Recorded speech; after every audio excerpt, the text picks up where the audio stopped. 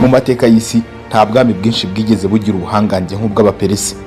Batangiriye ku butegetsi bwa Cyrus the Great mu kinyejana cya 6 mbere y'ivuka rya Yezu Kristo.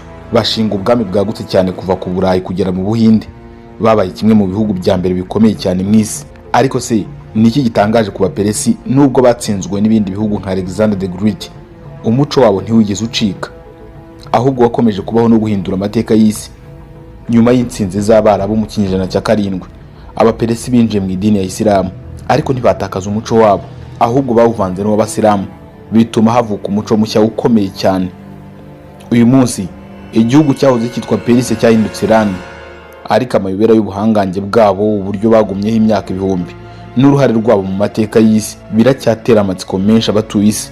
Menya inkuru itangaje y'ubwami butigeze buzima burundu, ahubwo bwahindutse bugakomeza kubaho mu buryo butangaje. Inkuru irambuye yose wayisanga kuri chaîne ya YouTube yitwa Amayobera TV, aho dusobanura ibisa n'ibicanganye n'ibiteye urujijo muri isi dutuye.